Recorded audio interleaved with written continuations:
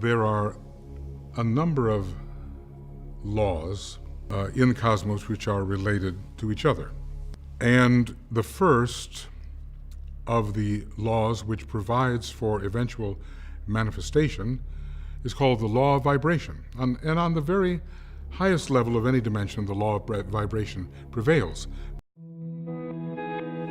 In the movie The Secret, I quoted Dr. Wernher von Braun, who is considered by many as the father of the space program. He said, the natural laws of this universe are so precise that we don't have any difficulty building a spaceship, sending people to the moon, and we can time the landing with the precision of a fraction of a second. He also said these laws must have been set by someone. And you know, it's strange. It's not that long ago when science and religion were really considered antagonistic.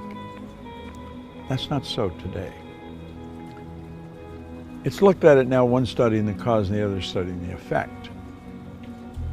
And von Braun said, after studying the spectacular mysteries of the cosmos for many years, he had arrived at the firm conviction that there is a God. I see the laws as God's modus operandi. It's how everything happens. The Secret was based on the concept of the law of attraction. And because the movie went viral, it was all over the world, everyone everywhere was talking about the law of attraction. People writing books on it that don't really understand it, people speaking on it that many of them advertise their ignorance when they talk about it. I'm of the conclusion that attraction is not really understood in any depth by most people. Now, I've studied this every day for 50-some years. And I can assure you, attraction is a law, but it's a secondary law. The primary law is the law of vibration. The law of vibration is one of the basic laws of the universe. It decrees that everything moves, nothing rests. We literally live in an ocean of motion. Do you know that everything is an expression of the same thing? The leaves, the tree, the cement, the body, the clothes. It's all energy at a different rate of vibration. You see, your body is a molecular structure in a very high speed of vibration. Your brain is an electronic switching station. Your brain does not think, but you think with your brain. There's a difference. As you activate brain cells, you set up a vibration in your body. For me to just move my hand like that, I had to activate brain cells or my hand wouldn't have done it. If a person's had a stroke, where the blood just stops going to a section of the brain, those brain cells become dead. The movement in the body, in that part of the body that is controlled by those cells, stops. Vibration is something that must be understood if you're going to take control of your health. It must be understood if you're going to take control of your relationships. It must be understood if you want to become wealthy. And if you want to really master the art of selling, vibration is an essential. You've got to understand it. And yet almost all the sales training programs that are done worldwide have nothing about the law of vibration in them. As Robert Louis Stevenson said, everybody's selling. You're selling an idea, product, or a service. And it's true. The teacher's selling the student. The parent's selling the child selling the parent. Well, what do we mean selling? Well, the professional salesperson understands that selling is doing something for someone, not to someone. And the professional will sit down and they will get to know the prospect. They will find as much about the prospect as they can. They'll have permission to ask the prospect questions. They'll gather a lot of information and they find out where the prospect wants to go, what they want to accomplish. They mentally get on the prospect's frequency and help the prospect go to where they want to go. My old mentor called that empathy ego balance, where you're able to get into the other person's mind and see the world from where they see it. Get on their frequency, get in their vibration. The vibration you're in is going to dictate what you attract into your life. And if you're troubled, you're worried, you're going to attract a lot of bad energy. That's why the great sufferer in the Bible said, "Lo, the thing I fear has come to visit upon me." Well, fear is a very negative vibration. It's a very negative emotion. It's caused by doubt and worry, and doubt and worry is really caused by ignorance. That's why Solomon said, "In all you're getting, get understanding." What do we want to understand? I think we want to understand the laws that govern our being, the laws that govern our universe. And then we want to understand how to get in harmony with the law. Everything you want will come to you when you get in harmony with it. Vibration is essential to understand, but only one person, maybe 10, has any grasp of it at all. If you ask a person how they feel, what they're really telling you is their conscious awareness of the vibration they're in. If a person says, "I just don't feel very well," that person's probably in a very negative vibration. A person said, "I feel wonderful," they're in a very good vibration. If you're in a really good vibration and you're with a person that's very negative, you will not feel comfortable in their presence. Feeling, conscious awareness, vibration. You don't feel comfortable in their energy and you want to get away from them. Now, if you were negative and they're negative, you're going to come together. Misery loves company. See, these old sayings are all based on laws. It's hard to believe that two miserable people would be comfortable together, but if you understand they're both on the same frequency, they're both listening to the same music. You'll often hear a person that went for a walk in the woods. They said it was so pleasant. Why? The vibration of nature is perfect.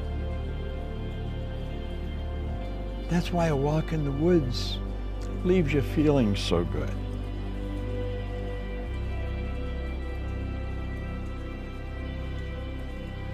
What do you understand about the law of vibration? That's a good question to ask yourself. I'm going to give you a small exercise.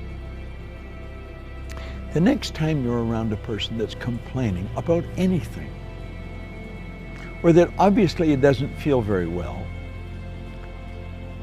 start changing the subject. Start talking to them, about something good about them. Compliment them, but make it a sincere, merited compliment, not false praise. No flattery. Pick out something good that they do and slowly turn the subject around to that. Let them know how much you admire how well they do it. And you know something? Like that, their energy will change. You have caused them to change their vibration. Now, the beautiful truth about this, when you do it, you'll learn how to do it to yourself when you're not feeling very good. That's the beautiful truth. We are in control of how we feel. I was reading something by Viktor Frankl, the author of Man's Search for Meaning, a Viennese psychiatrist, spent the war years in a concentration camp. He said, in every situation, there is a space between the situation and how you respond to it. And in that space, you can decide how you're going to respond. Now, that space may only be a millisecond, but in that space, you can decide, are you going to react or are you going to respond? Think of it. In every situation, between the situation and your response, there is a space.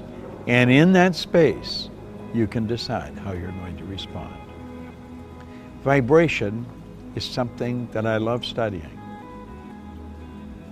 When you're in a restaurant or in a store or any place where the energy is really good, you feel very comfortable. It's the vibration in the place. You've gone into a restaurant and sat down, and before you ordered anything, all of a sudden you don't want to eat there. Why? It's the energy, it's the vibration of that place. You should get up and leave. Go where you feel comfortable. Do what makes you feel good. That's why people that are doing what they love never have to work again. They spend their whole life in a wonderful vibration. The person who truly understands how to pray puts himself in a wonderful vibration. I want to suggest you study it and understand this. You will attract to you whatever you're in harmonious vibration with. You are in control of the vibration you're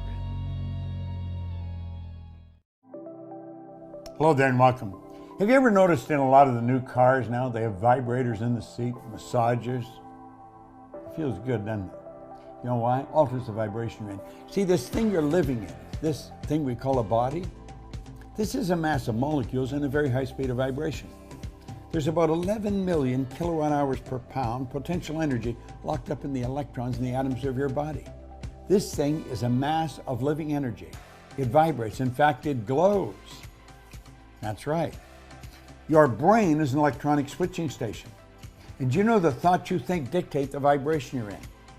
When you think negative thoughts, I don't care what it's about. You could be picking out and figure out what's wrong with someone, what's wrong with the weather, what's wrong with the town or other people. You are putting yourself in a bad vibration. And when you get in a bad vibration, you know what you're going to attract? You're going to attract equal an amount of like energy. That's right. See, it's the vibration we're in that dictates what we do. It's the vibration we're in that dictates how we feel. Feeling is a word we invented to describe our conscious awareness of the vibration we're in. And it's our thoughts that control our vibration. We say thoughts are things. I'm going to tell you something. Thoughts are moving right into form with and through you. Make certain that you're choosing upbeat thoughts and you'll be in a good vibration. You ever notice how you listen to really sweet music, you move into a very good vibration? That's right. The chaotic stuff, it scrambles your brains. Think about it. The law of vibration.